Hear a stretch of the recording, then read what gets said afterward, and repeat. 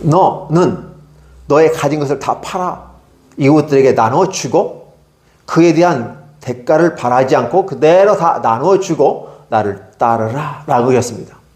근데 그는 갔습니다. 근데 아들 예수님은 이렇게 합니다. 나는 너가 가진 재산보다도 더 크다고 여겨지는 나의 생명을, 그리고 한 인간의 생명을 넘어서서 하나님의 독생자의 생명을 죄 없으신 이로써 십자가에 못 박혀 죽으시겠다는 것이었습니다. 그리고 누가 사랑을 실천했습니까?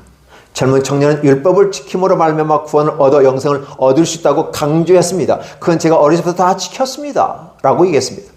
근데 사실 지킨 것은 아니었죠. 왜? 정신이 빠진, 얼빠진 것을 붙잡고 가는 인생들에게 주시는 메시지였습니다.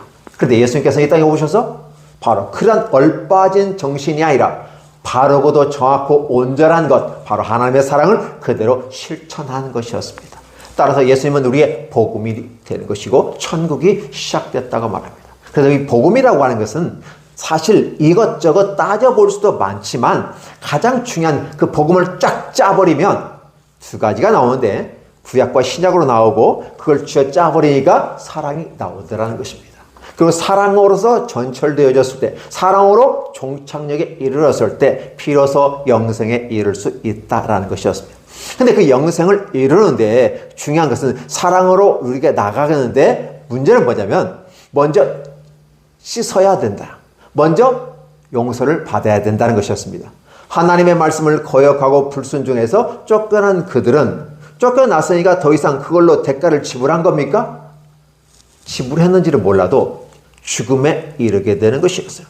육체 가운데 살지만 반드시 120년 동안 살다가 그 안에 죽게 되어 있다. 한 번은 사는데 반드시 다음에 심판이 있고 하나님의 어떤 특별한 가치라고 할 수 있는 그 믿음의 세계에 들어오지 않는다면 영벌로 가게 되는 것이고, 하나님께 우리에게 주신 위대한 것, 때로는 그것이 크게 보이기도 하지만 작게는 알갱이로서 한 씨앗으로 다가와서 우리에게 들어오기도 합니다.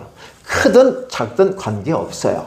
중요한 것은 하나님 나라 유전자를 갖고 있는 한 알갱이 같은 분, 예수 그리스도가 우리 안에 들어오게 되므로, 그래서 알갱이로서 우리의 마음밭에 떨어졌더라는 것이에요. 그 밭이 어떤 밭이었느냐? 오늘 저 여러분들은 바로 길자가와 같은 밭이었느냐, 돌짝밭이었느냐, 가시 덤불 밭이었느냐, 아니면 옥토 밭이었느냐, 차이에 따라서 결과는 다르다는 것입니다. 그러니까 달리 말하면 복음은 누구에게나 공정하게 기회를 주셨다. 만민을 구원하고자 하는 하나님의 계획은 가지고 있습니다.